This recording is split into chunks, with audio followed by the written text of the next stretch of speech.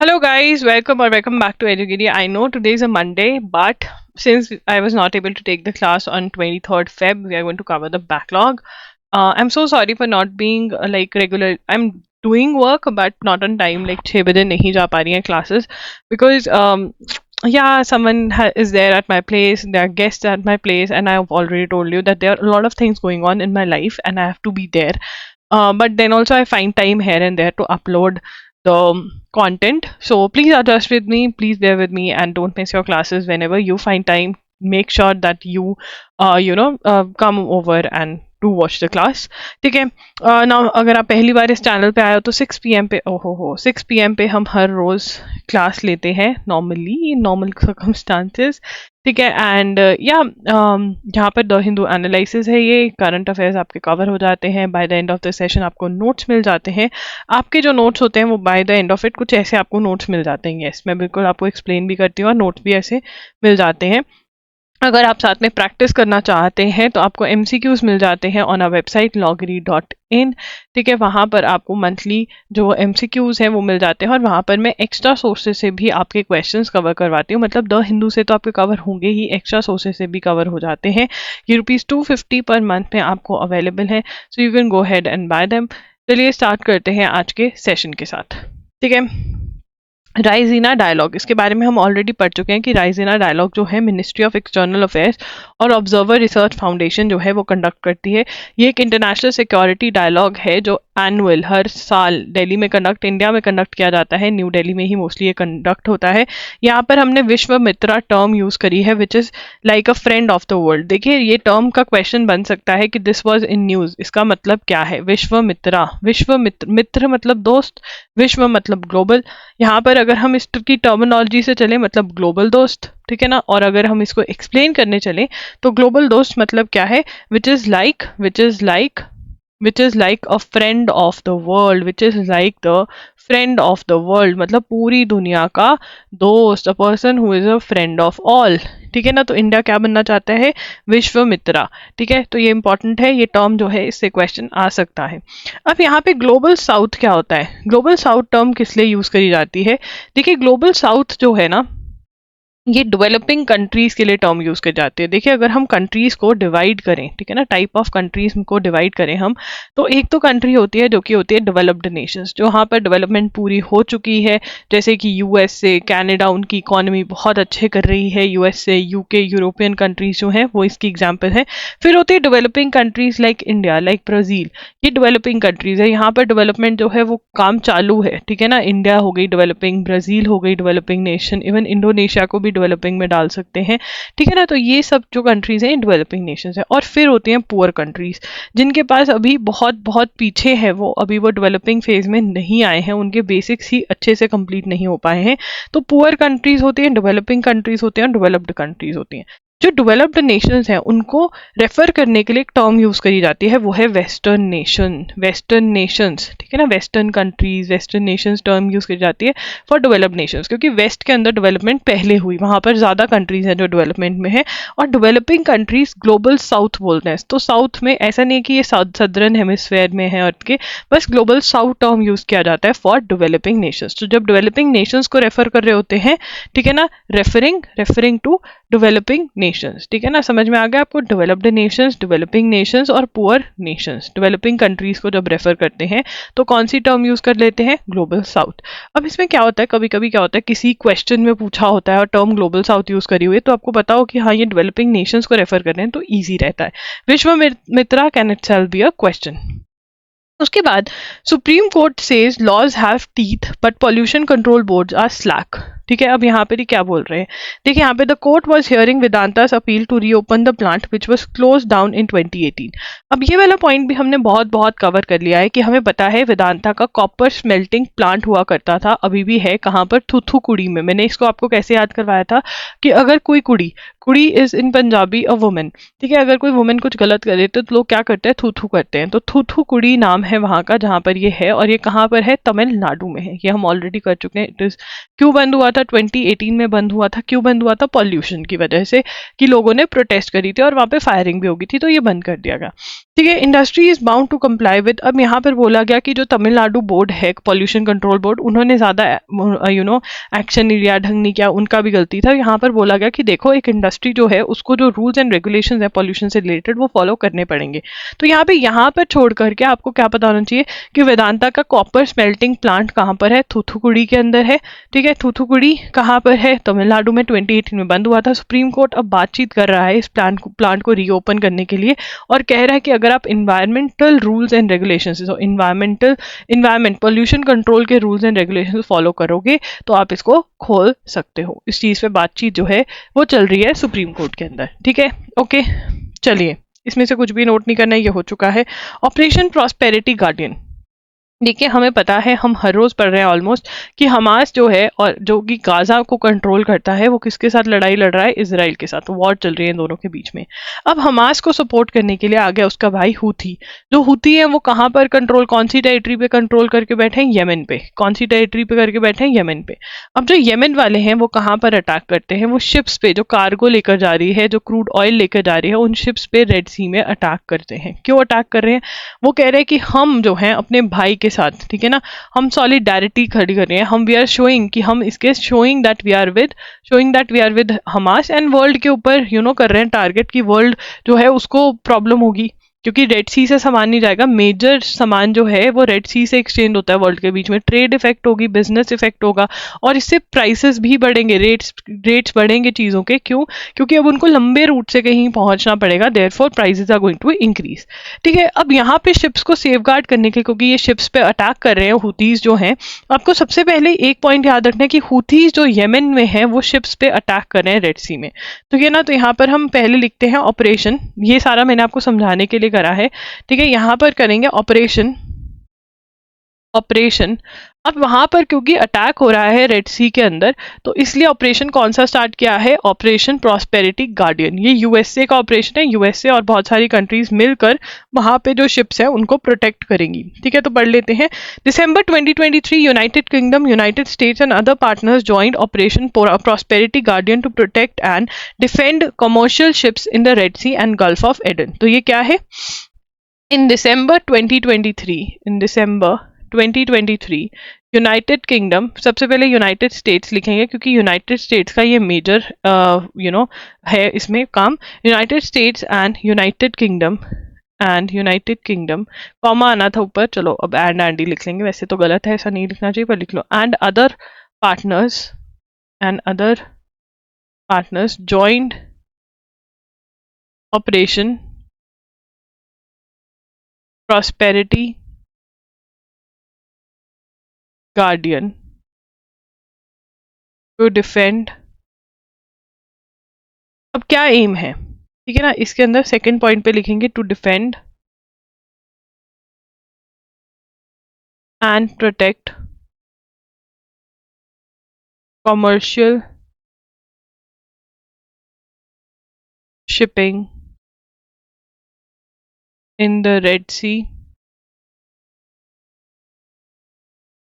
And Gulf of Aden. अब यहाँ पर क्या हो रहा है, देखिए, रेड सी और गल्फ ऑफ एडन में जो कमर्शियल मतलब बिजनेस, जब भी बिजनेस का टर्म, बिजनेस को रेफर करना होगा तो कौन सी टर्म यूज करेंगे, कमर्शियल। तो बिजनेस जो कार्गो सामान लेके जा रही है, कार्गो इज सामान, ठीक है ना, कार्गो इज सामान, ठीक है, समन नहीं सामान, हिंदी में सामान। ठीक है, अब यहाँ पर उनको प्रोटेक्ट करने के लिए ऑपरेशन प्रॉस्पेरिटी गार्डियन स्टार्ट किया है यूनाइटेड स्टेट्स, यूनाइटेड किंगडम और अदर पार्टनर्स ने। ठीक है, the Houthi attacks are indiscriminate and putting at risk the lives of innocent seafarers who seek to make their livelihood at sea. In doing so, the Houthis are risking the stability of the very maritime trade routes that supply food and aid to Yemen and are the lifeblood of all the economies. I'm pleased that we are working alongside the Indian Navy to address. So Indian Navy में Indian Navy ने भी बहुत सारी ships को save किया है। यहाँ पर who are attacking, ये मैंने आपको पहले भी समझाया था। तो यहाँ पे अटैक कौन कर रहा है, Houthis from Yemen. Houthis from Yemen are attacking ships, ठीक है ना, तो ये अटैक कर रहे हैं। तो अगर क्वेश्चन आ जाए रेड सी में कौन अटैक कर रहा है, कौन सा मिलिटेंट ग्रुप है, इनको क्या बोलते हैं, इनको मिलिटेंट ग्रुप बोलते हैं। क्या बोलते हैं इनको? Militant group. जो सरकार के अगेंस्ट ही लड़ाई लड़ रहे हैं उनको बोलते हैं मिलिटेंट ग्रुप। तो कौन सा मिलिटेंट ग्रुप है जो शिप्स को रेड सी में अटैक कर रहा है? आंसर क्या होगा? हुथीज। आंसर क्या होगा? हुथीज। यूएसए यूके ने कौन सा ऑपरेशन स्टार्ट किया है शिप्स को बचाने के लिए? Operation prosperity guardian. ऑपरेशन और गार्डियन तो याद करोगे, प्रॉस्पेरस सी बनाने के लिए ये स्टार्ट किया गया है। उसके बाद आगे चलेंगे, government must keep the regulatory environment of space sector clear. तो अब स्पेस सेक्टर के बारे में बात कर रहे हैं। Space use to be the final frontier but it's increasing exploration has change that, replacing a romantic notion with narratives with financial socio economic 2010 with the state-led reforms that opened its space sector to private companies, the releasing geospatial guidelines and later Indian space policy, creating the Indian National Space Promotion and Authorization Center and passing the Telecommunication Act among other departments। ठीक है, on February 21 the government opened the। अब यहाँ पे space sector, तो यहाँ पे क्या बात कर रहे हैं अभी नोट नहीं करना, अभी मैं पहले समझा दूं। तो स्पेस सेक्टर, ठीक है ना, मतलब जो स्पेस के अंदर सामान भेजना, जैसे चंद्रयान 3 क्या था, स्पेस का वो था। तो स्पेस सेक्टर के अंदर हमको बहुत ज़्यादा बढ़ना ज़रूरी है आगे, क्योंकि बहुत सारी चीज़ें, हमारा इंटरनेट चल रहा है तो हम स्पेस सेक्टर में अगर बढ़ेंगे तब हम आगे आगे बढ़ पाएंगे। बहुत सारी चीज़ें, इवन हमारी डिफेंस जो है, हमारी सिक्योरिटी, डिफेंस एंड सिक्योरिटी जो है वो स्पेस सेक्टर में जितना हम आगे बढ़ेंगे, तो स्पेस के अंदर हमको आगे बढ़ना है। और इसी चक्कर में 100% FDI, that is foreign direct investment, allow कर दी है। तो यहाँ पे लिखेंगे इंडियन गवर्नमेंट, लिखेंगे इंडियन गवर्नमेंट ओपनड, वैसे हमने ये कर लिया था, door to 100% foreign direct investments FDI in manufacturing of components and systems, subsystems for satellites, ground segment,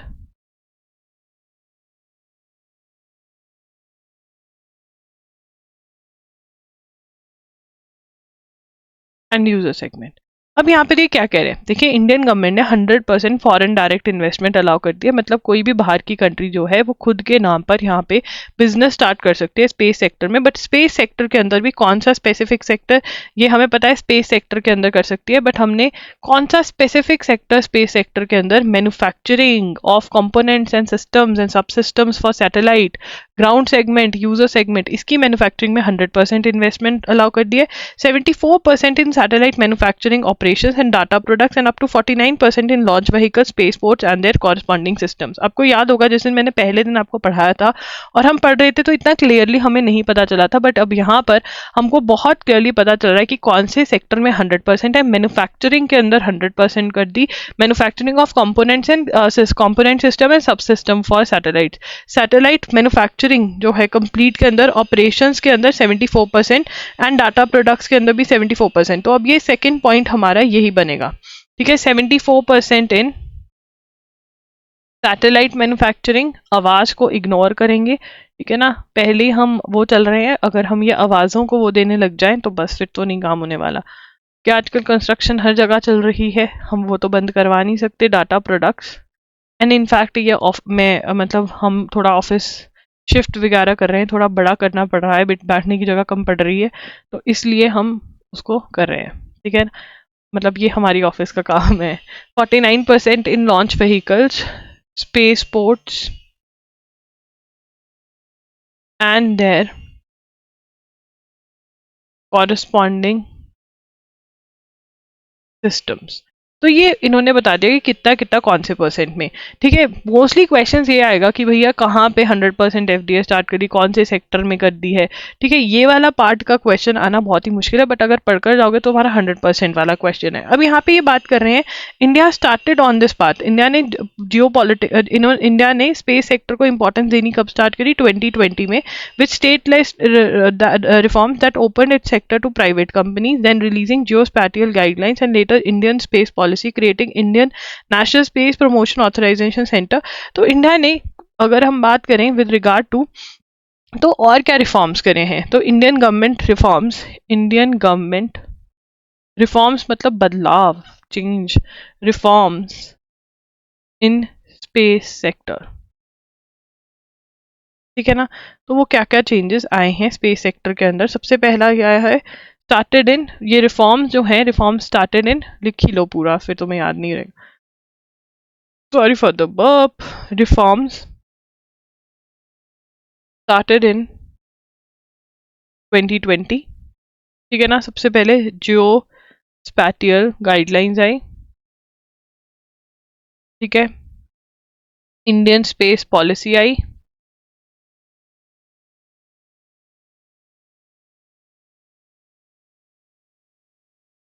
और फिर आया इन स्पेस, और इन स्पेस की फुल फॉर्म क्या है, इंडियन नेशनल स्पेस प्रमोशन, मतलब स्पेस को, स्पेस सेक्टर के लिए स्पेसिफिक बनाएगा, Indian national space promotion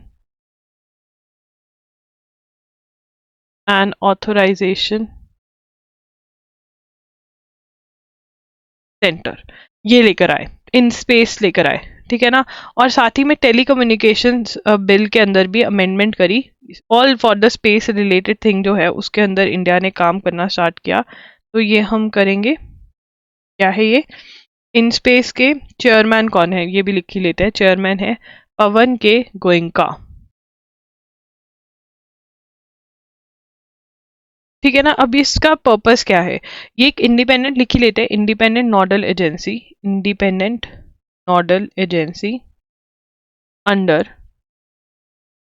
under department of space, allowing space activities and usage of those Department of Space owned facilities, ठीक है ना, लॉन्च करने के लिए फैसिलिटीज यूज कर सकते हैं, तो स्पेस एक्टिविटीज को प्रमोट करने के लिए इन स्पेस को लेकर आए हैं, ठीक है जी। और टेलीकम्युनिकेशंस बिल में यहाँ पर इंडियन टेलीग्राफ एक्ट जो है 1885 को, ठीक है ना, तो यहाँ पर telecommunications act 2023 replacing telegraph act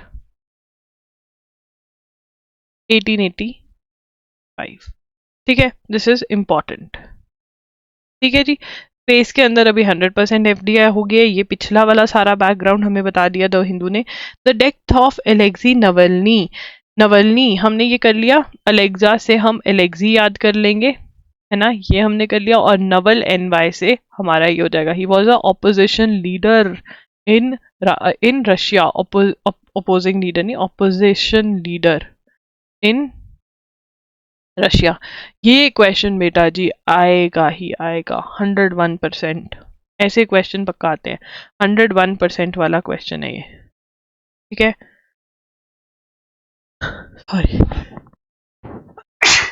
sorry sorry, अब यहाँ पे the death of Alexei Navalny who was serving sentences adding up to more than 30 years in various charges in a remote prison in Russia's Arctic region is a chilling reminder of the status of dissent, the holding or expression of opinions at variance। मतलब अगर आप agree नहीं करते हो Vladimir Putin से जो कि president of Russia है, तो आपका क्या हाल होगा, आपको प्रिजन में डाल दिया जाएगा। For years Navalny was the Kremlin most prominent critic, Kremlin is Russia की गवर्नमेंट को रेफर करने के लिए ये टर्म यूज करी जाती है, क्रिटिक थे रशियन गवर्नमेंट के। ही सर्वाइव्ड अ पॉइजनिंग अटैक, उनके ऊपर पॉइजनिंग अटैक भी हुआ था, चलो इसके नोट्स बना ही लेते हैं आज, ठीक है, इसमें जो इन्फॉर्मेशन दी हुई है। He survived a poisoning attack in 2020 and was taken to Germany for treatment. He later returned to Russia to fight for freedom, only to be imprisoned again. The reason for his death is still unknown. Another poison attack, he did have several health problems. His lawyers had complained about his not getting proper treatment in jail, and he had staged hunger strike. His wife Yulia Navalny and Mr. Putin killed my husband, said Mr. Putin killed my husband and vowed to continue his fight. Whatever the reason for his death, the Russian state cannot absolve itself of its tragedy, of this strategy, ठीक है। अब यहाँ पर हम पहले नाम लिखेंगे, Alexei Navalny, N by न्यूयॉर्क को रेफर करने के लिए यूज करते हैं। ठीक है, तो यहाँ पे सबसे पहला पॉइंट क्या था, serving sentence in remote, remote मतलब रूरल एरिया में, ठीक है, दूर दरार के इलाके में, इन रशियाज आर्टिक रीजन, ठीक है ना, critic of Russian government, poison attack हुआ था, ठीक है, he survived a poisoning attack in 2020, came back to Russia,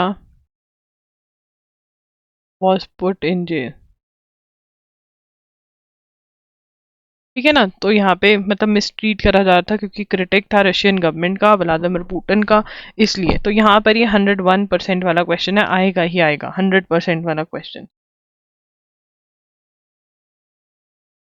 The government's move to introduce a reform in defense policy by changing the way young women and men are recruited to the Indian Armed Forces was a surprise. The Agnipath scheme, as it is known, was announced on June 14, 2022 and is in force with the initial batch of Agniveers, as the young men and women are called, already inducted in Armed Forces unit after completion of their recruit training. The scheme runs on a short service manpower model. अब यहाँ पे अग्निवीर के बारे में हमें पता होना चाहिए, नो डाउट ये न्यूज़ जो है ये पुरानी है, बट अगर इसके बारे में रेफरेंस आता रहेगा तो we need to note it down. ठीक है ना, कब इंट्रोड्यूस हुई थी, इंट्रोड्यूस्ड इन 2022, है ना, recruiting young Indians in Indian armed forces. है ना, क्या है, शॉर्ट सर्विस कमीशन है, शॉर्ट सर्विस के लिए आते हैं 4 years की आई थिंक, और 75% विल लीव, हाँ 4 years के लिए, will leave after 4 years, 25% will be allowed to continue. These are strong indications that the retention in service is likely to be enhanced. मतलब कह रहे हैं कि ये 50% कर देंगे retention. However, the government has still to take an official stand. criticism ये सब बहुत क्रिटिसाइज करी गई थी। शॉर्ट सर्विस कमीशन है, इंडियन आर्म्ड फोर्सेज में यंग इंडियंस को रिक्रूट करते हैं फॉर 4 years, उसमें से कितने को रिटेन कर लेते हैं, 75% have to leave and 25% are retained. ठीक है, उसके बाद recently the parliamentary standing committee on personal public grievances law and justice inform the Lok Sabha that law ministry has accepted its recommendation to establish regional benches of Supreme Court of India। देखिए, India के अंदर अगर हम court की hierarchy चलें तो subordinate courts होते हैं, सबॉर्डिनेट कोर्ट्स होते हैं, सबॉर्डिनेट कोर्ट्स होते हैं आपके लोअर कोर्ट्स। ठीक है ना, लोअर कोर्ट्स को सबॉर्डिनेट कोर्ट्स बोला जाता है। ठीक है ना, नीचे वाले कोर्ट्स जो होते हैं, ठीक है ना, जहाँ पे ट्रायल होता है, जहाँ पे मेन चीज़ होते हैं, उसको हम लोअर कोर्ट बोलते हैं। ठीक है, तो यहाँ पे ये सबॉर्डिनेट कोर्ट्स हो गए, नीचे वाले लेवल के कोर्ट्स। ठीक है, उसके ऊपर आपके होते हैं, सबॉर्डिनेट कोर्ट्स के ऊपर होते हैं हाई कोर्ट्स। ठीक है ना, हर स्टेट के अंदर या कुछ स्टेट्स का मिलजुल कर भी हाई कोर्ट होता है। ठीक है ना, हाई कोर्ट के ऊपर कौन सा होता है, वैसे ये ऊपर ऊपर वाला एरो जाना चाहिए था, मैंने गलत कर लिया, ये हाई कोर्ट और ये सुप्रीम कोर्ट। ठीक है ना, अब देखो हर स्टेट के अंदर, एवरी स्टेट या कुछ स्टेट्स मिल करके, 2 or more can have it together also. ठीक है ना, हाई कोर्ट्स होते हैं स्टेट के पास, हर डिस्ट्रिक्ट के पास ऑलमोस्ट अपना होता है, जगह जगह पे बने होते हैं कोर्ट्स ताकि असेसिबिलिटी हो, हर कोई जा सके वहाँ पे जिसको ज़रूरत पड़ी। और फिर आता है सुप्रीम कोर्ट। सुप्रीम कोर्ट एक ही है जो कि दिल्ली में है, new Delhi, capital of India. तो अब यहाँ पर क्वेश्चन उठता है कि यार सुप्रीम कोर्ट में पेंडिंग केसेस भी बहुत पड़े हैं, तो क्यों ना सुप्रीम कोर्ट के अलग अलग बेंचेस बना दिए जाएं कि जो मेन सिटीज़ ऑफ इंडिया है, जैसे कि मुंबई, जैसे कि साउथ के अंदर हैदराबाद, चेन्नई, ठीक है, बैंगलोर, यहाँ पर क्यों ना हाँ सुप्रीम कोर्ट के बेंचेस दिए जाएं, यूपी के अंदर एक बेंच दे दिया जाए, जिससे कि सुप्रीम कोर्ट में पेंडिंग ऑफ केसेस जो है वो पेंडेंसी कम हो जाए। बट इसमें सुप्रीम कोर्ट जो है वो अग्री नहीं करता है। ठीक है, दो गवर्नमेंट अग्री करती है इस चीज़ पर, तो इसको हम लिख लेते हैं कि ये जो है सुप्रीम कोर्ट जो है वो एक ही है और पेंडिंग केसेस बहुत ज़्यादा है, तो कहा जा रहा है कि आप और ब्रांचेस और बेंचेस लेकर आइए सुप्रीम कोर्ट के कई और सिटीज़ में। Parliamentary standing committee on personal, public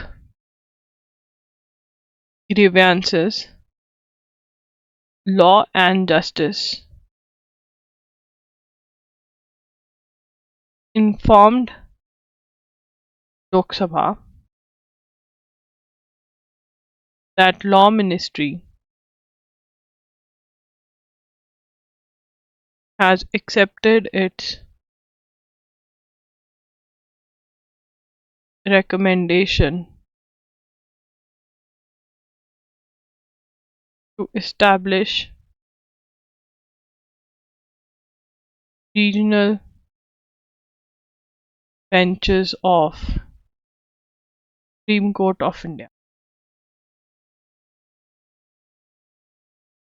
और यहाँ पे Supreme Court has been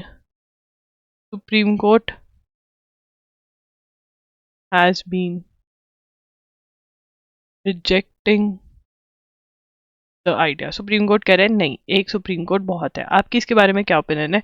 मेरे ख्याल से देयर शुड बी मल्टीपल, क्योंकि इससे पेंडेंसी कम होगी. वर्क जो है, लॉ का वर्क जो है वो डिफरेंट एरियाज पे बटेगा, जो कि बटना भी चाहिए. दिल्ली में ऑलरेडी बहुत सारा वर्क है, ठीक है. And this would be a good thing. Pendency कम होगी लोगों का. सुप्रीम कोर्ट क्यों है? Supreme Court is there because we need कि जल्दी से डिसीजन आए, लेट नहीं होना चाहिए डिसीजन. और यस, मेरी तो ये ओपिनियन है. This is my personal opinion. आपके अलग ओपिनियन हो सकते हैं, विच इज गुड. ठीक है, learn to disagree politely. Are Interpol's notices being politically exploited? अब इंटरपोल होता क्या है? तो इंटरपोल क्या है? इंटरनेशनल क्रिमिनल पुलिस ऑर्गेनाइजेशन जो है, ठीक है ना, वो कहीं पे भी किसी भी कंट्री में डाल सकते हैं. इंटरपोल 194 मेंबर कंट्रीज हैं, plays a crucial role as information sharing member network to enable national police forces to combat का मतलब क्या होता है? फाइट. कॉम्बैट का मतलब होता है फाइट ट्रांसनेशनल क्राइम्स, जो मतलब कंट्रीज में एक में करा दूसरे में भाग गया, दो कंट्रीज इन्वॉल्व है, तो उसके अंदर ये जो है मेन रोल प्ले करते हैं इंटरनेशनल क्रिमिनल पुलिस ऑर्गेनाइजेशन वाले. Concerns have been raised. अब यहाँ पे क्या दिक्कत आ गई? Concerns have been raised about the misuse. Concerns have been raised about the misuse. अरे भाई हाईलाइट है. Concerns have been raised about the misuse of Interpol's notice system, especially the issuance of blue corner notice, which are less scrutinized than their red corner notices. Critics argue that countries often exploit existing protocols to target political refugees and dissidents. While efforts have been made to address this, questions remain about striking. मतलब इसको misuse करते हैं कि यार issue कर दिया, इसके against वापस कंट्री में बुला लिया, कुछ ऐसा करते रहते हैं. तो यहाँ पर हम international Interpol notices misused politically. ठीक है ना. तो सबसे पहले यहाँ पे लिखेंगे number 1 point, international criminal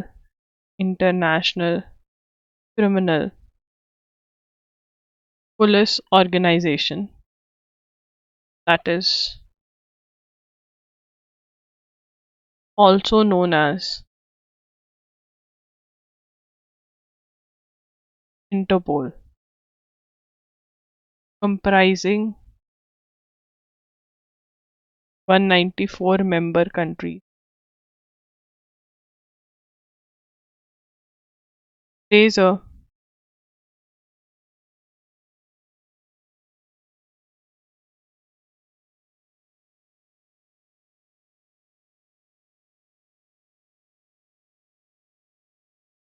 information sharing network.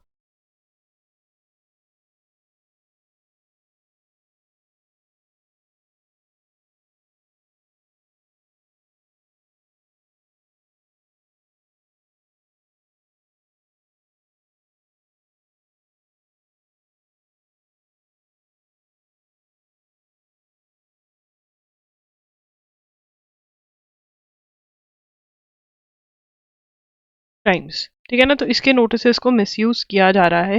जो नोटिसेस मतलब थोड़े से ऐसे ही होते हैं, मतलब ज़्यादा देखे नहीं जाते, बट उनको मिसयूज करते हैं. अब ये पढ़ लेते हैं कि ब्लू नोटिस होता क्या है.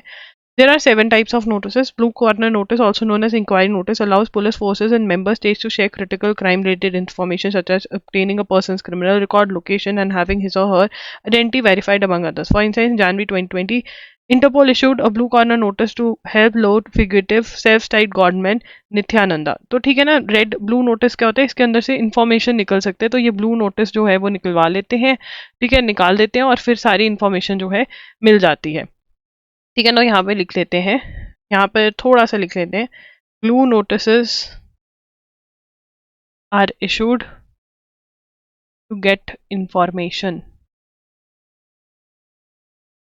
ठीक है, क्या ये क्वेश्चन आएगा ब्लू नोटिस ग्रीन नोटिस, बहुत ही कम एक्सपेक्टेड है, क्लैट के अंदर ये आ सकता है ब्लू नोटिस के बारे में, और किसी में नहीं आता। बाकी आपको बस ये इंटरनेशनल क्रिमिनल पुलिस को इंटरपोल कहा जाता है, इंटरपोल की फुल फॉर्म क्या है ये पता होना चाहिए, कितनी मेंबर नेशन कंट्रीज है, इसका क्या रोल है ये पता होना चाहिए। ये तो स्टैटिक जीके का क्वेश्चन है। India to open diplomatic mission in Albanian capital, Albania's foreign minister Igli Hasani said that Albania is planning to open an embassy in New Delhi, while India will soon have a diplomatic mission in Tirana. Mr. Hassani, who is visiting India to participate in the annual Raisina Dialogue, presented his country as an important is on location as an important location on the corridor that connects Europe with Asia and urged close trade ties। तो वो कहता है India के साथ हमको बहुत ही close ties रखने हैं, तो इंडिया जो है, India to open diplomatic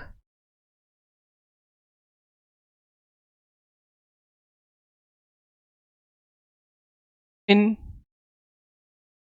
Albanian capital. ठीक है ना, तो Albania planning to open embassy in New Delhi. क्या बस इतना ही, एक एक पॉइंट ही लिखना है और कुछ नहीं। यूरोपियन कंट्री है, हमने इसका कभी नाम नहीं सुना, मैंने तो नहीं सुना, sorry guys. Geography. The center has accorded approval for procurement of more than 200 BrahMos supersonic cruise missiles and associated equipment for Indian Navy at a cost of around rupees 19,000 crore. The missiles will largely be deployed on various warships to enhance overall combat capability. It is learned that the proposal approved by the Cabinet Committee on Security entails acquisition of mix of BrahMos missiles having a range of around 290 km and last extended range variant of the weapon with the range of 450 km. BrahMos Aerospace Private Limited, an India-Russia joint venture, produces supersonic cruise missiles। तो यहाँ पे ये important है, specially जो defence के exams दे रहे हैं, specially जिसमें आंसर राइटिंग होती है, please ensure that you make notes and बाकी सब भी लिख लो। ब्रह्मोस कौन बनाता है, ये सब जगह आ सकता है। ठीक है, बहुत सारे बच्चे कहते हैं कि अच्छा ये तो उस एग्जाम के लिए इंपॉर्टेंट है, हमारे एग्जाम में नहीं आएगा बेटा, आ सकता है। जब मैं बोलती हूँ ये इस एग्जाम के लिए इंपॉर्टेंट है, इसका मतलब है वो एग्जाम वाले को अभी ये रट्टा मार लेना ही है, क्योंकि ये तो बहुत ही इंपॉर्टेंट है। ठीक है ना, बाकी सब जो है धीरे धीरे बाद में रट्टा मार ले, बट जिसका लिए इंपॉर्टेंट है वो तो रट्टा मारेगा ही। समझ में आ गया? ठीक है ना, CIPF वालों के लिए इंपॉर्टेंट है ये। ठीक है, चलो लिखेंगे, centre has given approval for procurement of more than 200 BrahMos supersonic cruise missiles for Indian Navy। ये कहाँ पे डिप्लॉयेंगे? Deployed on warships, to be deployed on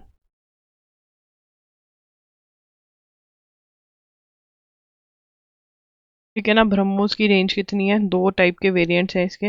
BrahMos missiles की रेंज कितनी है? 290 किलोमीटर है एक की, और एक की 450 किलोमीटर। हम दोनों का ही मिक्स जो है वो ले रहे हैं। ठीक है, मतलब कुछ ये आएंगी कुछ वो आएंगी।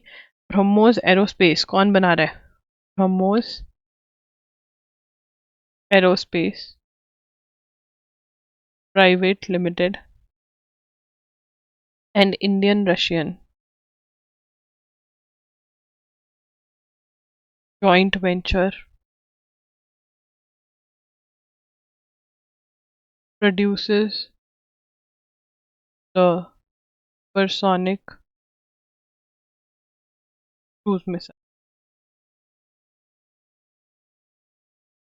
ठीक है जी, this all these points are important. ये वाला जो लास्ट वाला पॉइंट है ये कुछ ज़्यादा ही इम्पोर्टेंट है, ठीक है ना, तो ये आपको पता होना चाहिए, ठीक है, लिख लिया। चलो आगे चलते हैं। प्राइम मिनिस्टर नरेंद्र मोदी, ठीक है,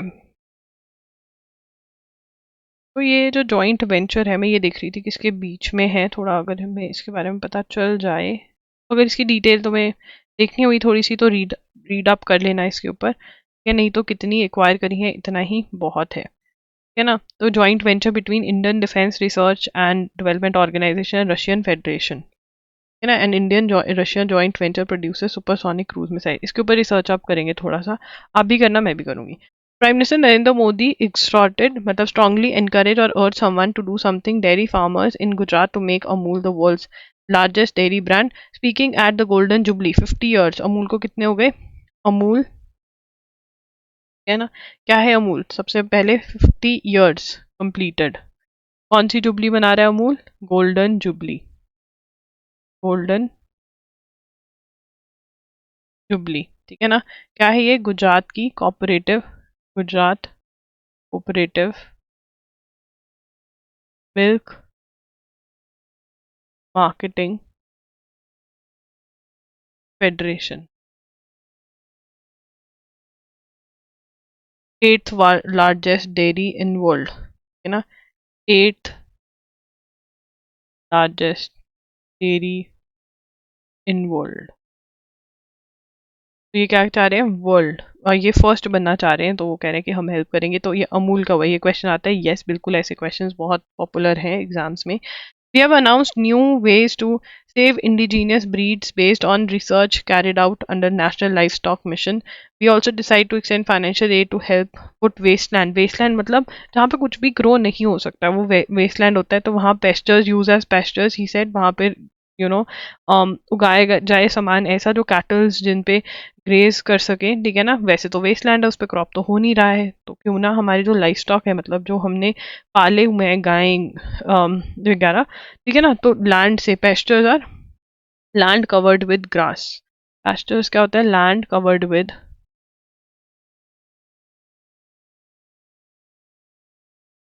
grass, ठीक है ना। The National Livestock Mission scheme is being implemented in the country since 2014. The scheme has been realigned in so and so year 21-22. The silent features of realigned National Livestock Mission scheme are employment generation, entrepreneurship development, increase in per capita animal productivity, and thus targeting increased production of meat, goat milk, egg and wool. तो यहाँ पर हम national life stock mission के बारे में बात करेंगे, ठीक है ना। तो नेशनल लाइफ स्टॉक मिशन कब आया, national livestock mission, that is NLM scheme, implemented in 2014, realigned in मतलब दोबारा से चीज़ें चेंज करेगी as per requirement, realigned in 2022, ठीक है ना। स्कीम आर एम्प्लॉयमेंट स्कीम, ठीक है, एम क्या है, कि एम क्या है, एम क्या है इसका, बीच में लिख करना, इसके एम ऐसे लिख लो, एम क्या है इसका, एम है एम्प्लॉयमेंट जनरेशन, नौकरी जो है वो बढ़े, एम्प्लॉयमेंट जनरेशन के, entrepreneurial development, entrepreneurial entrepreneurship development, है, इंक्रीज इन पर एनिमल प्रोडक्टिविटी, है ना, increase production of,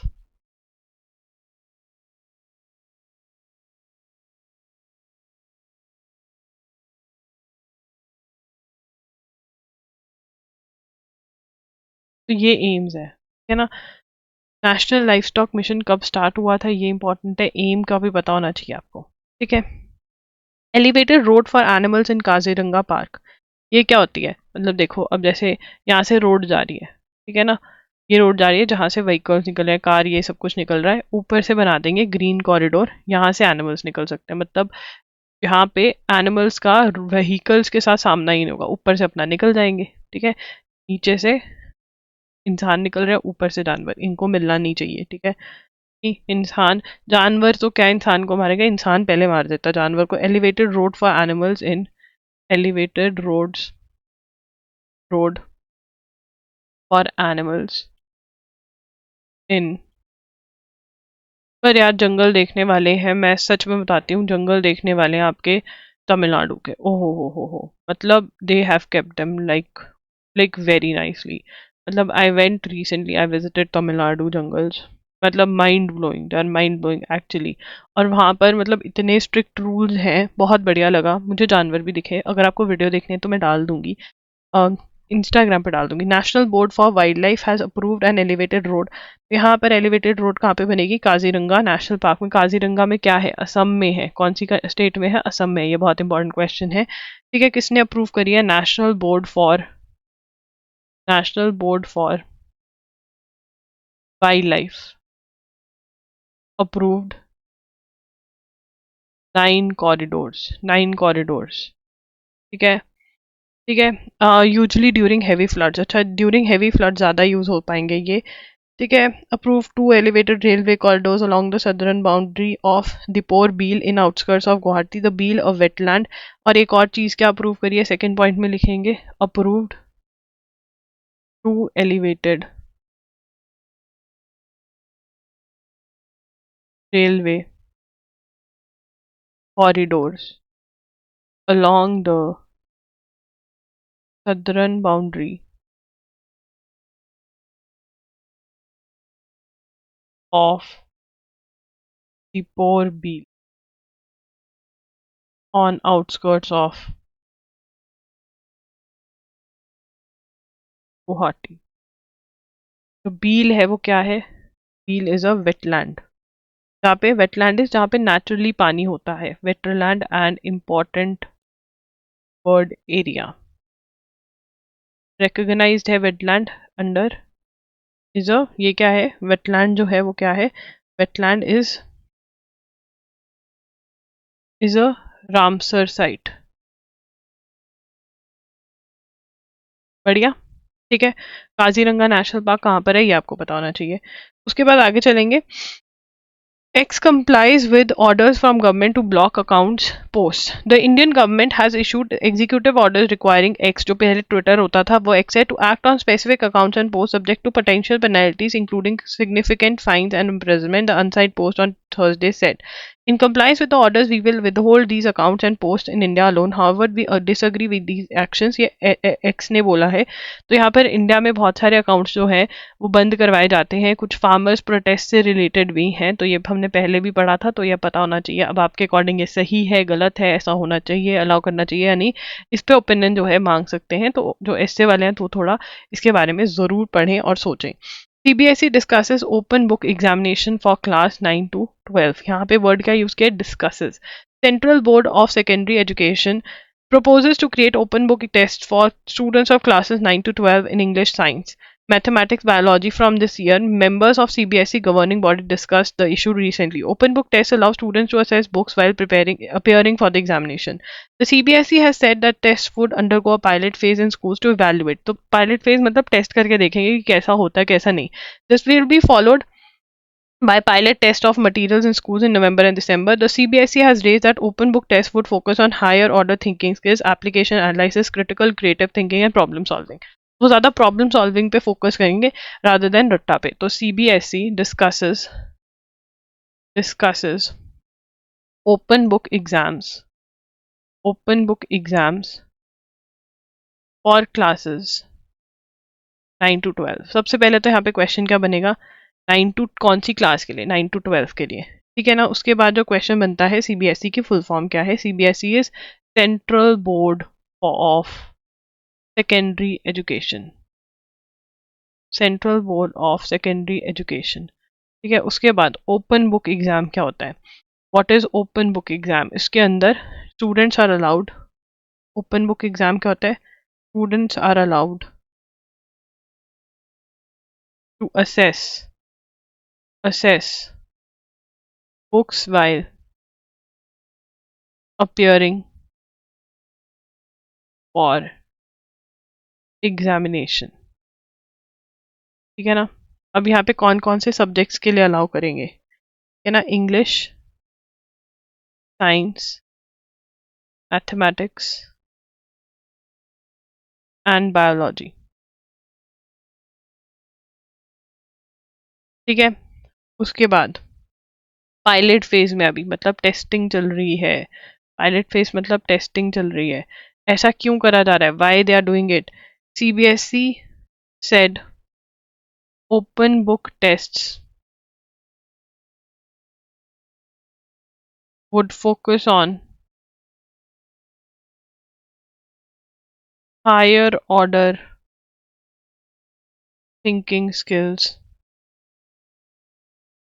application, analysis, critical and creative thinking, and problem solving. है ना। वो कहते हैं रट्टा मारने के बजाय आप थिंकिंग और हाई ऑर्डर थिंकिंग स्किल्स पे, एप्लीकेशन एनालिसिस कैसे चीज़ों को अप्लाई करना है, क्रिएटिव थिंकिंग और प्रॉब्लम सॉल्विंग पे फोकस करवाना चाहते हैं। ये अभी किस फेज में है? टेस्टिंग फेज में है, अप्लाई नहीं हुआ, अभी इसकी टेस्टिंग होगी। सीबीएसई कह रहा है ये।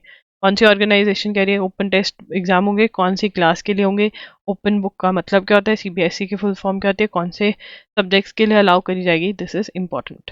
उसके बाद the women of ASHA overworked, underpaid and on the edge of breakdown. तो आशा वर्कर्स कौन सी होती हैं?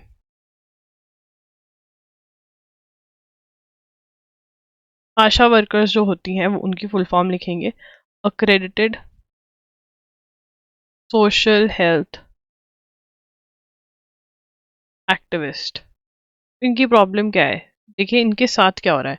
ये जो है ना रूरल एरियाज में बहुत इंपॉर्टेंट काम प्ले करती हैं। जब चाइल्ड हेल्थ की बात आती है, प्रेग्नेंट वुमेन की बात आती है, जब हेल्थ फैसिलिटीज जो है रूरल एरियाज, रूरल मतलब विलेजेस के अंदर हम बात करते हैं, इवन कोविड के अंदर वैक्सीनेशन की जब बात करें तो they played a very very crucial role. ये वो वुमेन है जो अपने घर का काम तो पूरा पूरा करके ही जाती हैं, और जैसे ही घर का काम खत्म होता है ये बाहर के काम में लग जाती हैं, और ये बहुत बहुत काम करती हैं, बट अंडर पेड हैं, ज़्यादा पैसे नहीं दिए जाते हैं इनको। ठीक है ना। बट अब जो है गवर्नमेंट ने अलाउ किया है इनको, सबसे पहले तो आयुष्मान भारत स्कीम में ऐड किया है, मतलब मेडिकल हेल्थ इंश्योरेंस सर्विसेज जो है इनको बहुत अच्छे से प्रोवाइड होंगी इनको और इनकी फैमिली को। ठीक है। तो ये क्या है? ASHA as women volunteers had not designated and not designated health care workers, ASHA is being cut across layers of marginalization. There is an economic आशाs provide care but they are not cared for। ठीक है, ये care provide करती हैं। अब इसमें outside of homes the duties under their umbrella of work have expanded to. It started with maternal, मतलब जो mother बनने वाली है, मम्मियाँ, उनकी चाइल्ड हेल्थ, उनके जो बच्चे हो रहे हैं, and now includes vaccination, follow up, data logging, learning palliative care, reporting domestic violence cases, providing mental health support and more. तो इनकी जो ड्यूटीज है वो बढ़ती जा रही है। तो एक आशा वर्कर जो है वो कौन है? आशा वर्कर जो है, ठीक है ना, वो मेटर्नल और चाइल्ड हेल्थ का तो ध्यान रखती ही है विलेजेस के अंदर, बल्कि उसके अंदर वैक्सीनेशन फॉलो अप भी आ गया, उसके काम में वैक्सीनेशन फॉलो अप भी आ गया है। ठीक है ना। रिपोर्टिंग डोमेस्टिक वायलेंस केसेस भी आ रहे हैं। डोमेस्टिक वायलेंस केसेस की किसी घर में किसी के साथ मारपीट हो रही है तो अगर उनको वो पता चल रहा है तो इनको ये रिपोर्ट करने होते हैं, डोमेस्टिक वायलेंस केसेस। ठीक है ना। लर्निंग पैलिएटिव केयर, इस सारी चीज़ों के अंदर भी जो एक आशा वर्कर है वो इन्वॉल्व हो रही है। ठीक है ना। तो यहाँ पर वैक्सीनेशन मतलब basically they are rural areas के अंदर दे आर इन्वॉल्व। ठीक है। Palliative care is specialise medical care for people living with a serious illness like cancer और हार्ट फेलियर। तो ये भी लिख लेंगे, specialised medical care for people living with serious illness such as cancer or heart failure। ठीक है ना, वो भी ये कर रही है। तो आशा वर्कर बहुत काम कर रही है, अंडर पेड है, इतने ज़्यादा पैसे नहीं दिए जाते। इस बार ये आयुष्मान भारत स्कीम में जो है उनमें उनका बेनिफिट प्रोवाइड करा जा रहा है, ये हमने पहले भी पढ़ा था। आशा वर्कर्स का जो आइडिया है वो कहाँ से आया, ये स्टार्ट हुआ छत्तीसगढ़ से। In 2002 mitanins also came to symbolise care when Chhattisgarh designated women to play the role of community health workers. यहाँ पर हमें ये लिखना है 2002 के अंदर कहाँ पे स्टार्ट हुआ। ठीक है, यहाँ पर छत्तीसगढ़, कौन सी स्टेट ने स्टार्ट किया, Chhattisgarh designated women to play the role of community health workers. तो ये क्या है, कम्युनिटी हेल्थ वर्कर्स है। ठीक है ना, इनकी वजह से जो हमारी इंडियन हेल्थ स्कीम्स है स्पेशली रूरल एरिया में, इनकी वजह से हमारी ये स्कीम्स बेनिफिट होते हैं। अब ये किस में ऐड हो गए हैं, एडेड टू, थर्ड पॉइंट बनेगा हमें, एडेड टू, इसी बार में इस बजट में अनाउंस किया आयुष्मान भारत स्कीम। ठीक है जी, चलो। आयुष्मान भारत स्कीम क्या, मेडिकल हेल्थ इंश्योरेंस है, 5 लाख तक का कवर मिलता है, जिसमें अगर आप बीमार होते हो तो 5 लाख तक का खर्चा जो है वो सरकार, गवर्नमेंट देगी। The world is on the brink of public health triumph, मतलब विन, ट्रायम्फ मतलब विन, विक्ट्री। ये ना क्या विक्ट्री हो गई है। The world is on the brink of public health triumph as it closes in on eradicating Guinea world worm disease. ठीक है ना, तो वर्ल्ड के अंदर कौन सा टर्म खत्म होने वाला, कौन सी disease, world on brink of, मतलब हो जाएगा, ऑन द एज मतलब बस खत्म होने, ऑफ इराडिकेटिंग, इराडिकेटिंग मतलब खत्म, रिमूवल, इराडिकेटिंग क्या है, रिमूवल, इराडिकेटिंग मतलब removal, eradicating Guinea worm disease. ठीक है, जो 1980 में आई थी, according to World Health Organization बहुत केसेस कम हो गए, 2023 में जस्ट 6 केसेस आए, गिनी वर्म कॉल्ड। तो गिनी वर्म के बारे में भी लिख लेते हैं, गिनी वर्म, गिनी वर्म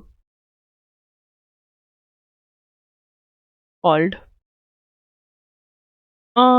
वर्म कॉल्ड राकून हुलियासिस। ठीक है, तो ये बॉडी में घुस जाता है, वाटर बॉडीज में हो जाता है, ब्लिस्टर्स हो जाते हैं इससे। ठीक है, तो पढ़ लेते हैं इसके बारे में।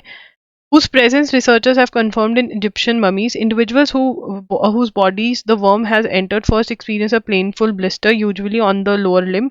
On a lower limb, when seeking relief, they may immerse the affected area in water, which prompts the worm to emerge and release hundreds of thousands of larvae, potentially contaminating communal water sources and perpetuating the infection cycle. While a worm by itself is not lethal, मतलब dangerous worm itself is not lethal, it debilitates those whom it affects and prevents them from earning their livelihood, मतलब वो अपना काम नहीं कर पाते हैं। It manifests as a painful skin lesion as the adult worm sometimes up to meter long emerges. This process मतलब फिर ये अपने आप ही निकल जाता है, बट वाटर बॉडीज को घंटे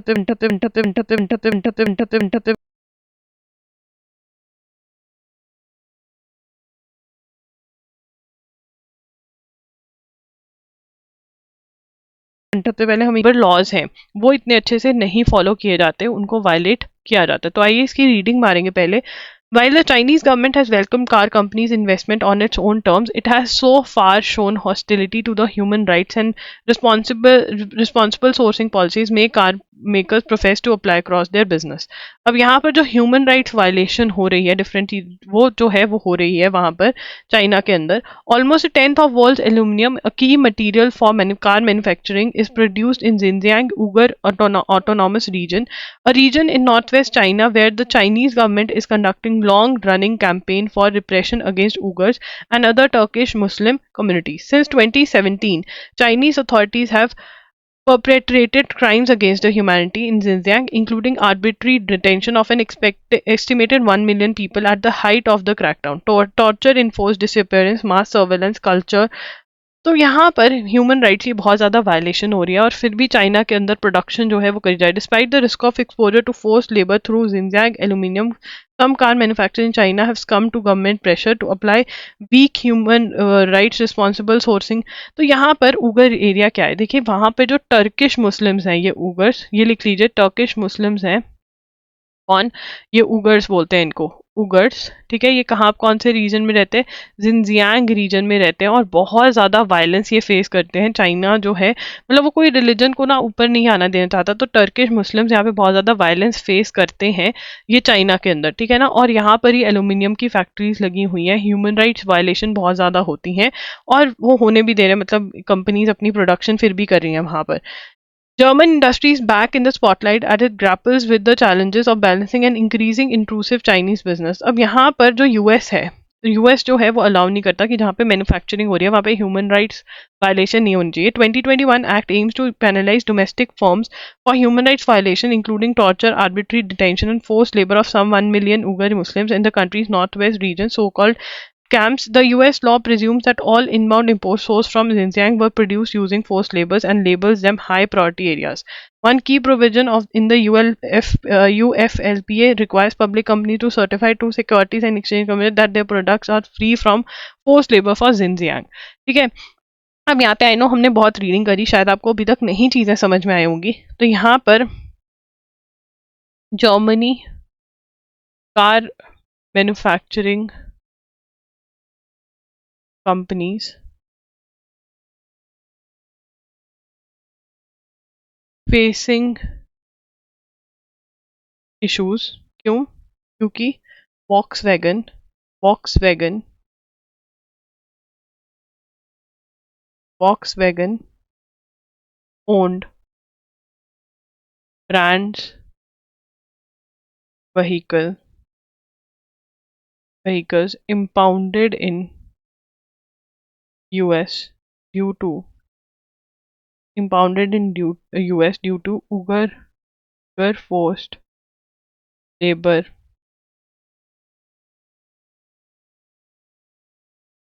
prevention act, UFLPA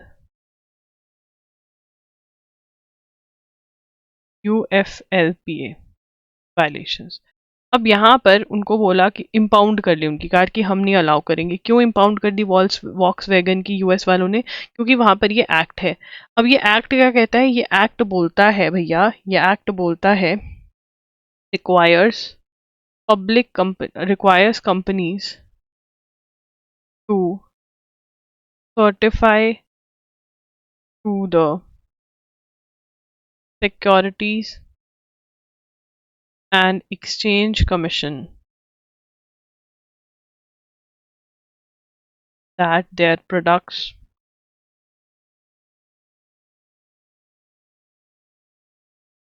are free from forced labor from Xinjiang। ठीक है। अब जिनजियांग में क्या हो रहा है, जिनजियांग में क्या हो रहा है, जिनजियांग वाला भी लिख देते हैं। जिनजियांग अ मेजर है ना, it is major source of aluminium for car manufacturing, ठीक है ना। और यहाँ पर क्या हो रहा है, उगर्स के against, Uyghur that is Muslim Turks involve in forced labour by China, है ना। अब यहाँ पे ये कह रहे हैं कि फोर्स आपको देना पड़ेगा, फोर्स लेबर में नहीं इन्वॉल्व, बट ये फोर्स लेबर में इन्वॉल्व होते हैं तो इम्पाउंड हो गई गाड़ियाँ। तो इसको एक बार रिविजन मान लेते हैं। जर्मनी का जो कार मैन्युफैक्चर है वॉक्सवैगन जो है, ठीक है ना, वॉक्सवैगन के स्पेलिंग में वॉक्स नहीं, वॉक्स वॉक्सवैगन जो है वो इम्पाउंड हो गया क्योंकि उगर फोर्स्ड लेबर प्रिवेंशन एक्ट जो है वो वायलेट हो रहा है। अब ये एक्ट क्या है, इस एक्ट के अंदर बोला गया है, इस एक्ट के अंदर बोला गया है कि भाई आपको बोलना पड़ेगा कि कोई भी स्लेवरी फोर्स्ड लेबर इन्वॉल्व नहीं हुई है जिनजियांग में जब आपकी कार मैन्युफैक्चर हुई है। जिनजियांग वो एरिया है चाइना में जहाँ पे मुस्लिम रहते हैं, टर्किश मुस्लिम रहते हैं, उनके अगेंस्ट बहुत ज़्यादा चाइना जो है बहुत गलत गलत काम कर रहा है। कहा जाता है कि 1 मिलियन तो है इनके कंट्रोल में, इनको बंद करके रखा हुआ है, ठीक है। तो वो उनको फोर्स लेबर में इन्वॉल्व करता है चाइना, तो वो आपको बोलना पड़ता है कि नहीं हमारे वाले नहीं इन्वॉल्व हुए, अगर हुए हैं तो वो नहीं अलाउ करते सेलिंग वहाँ।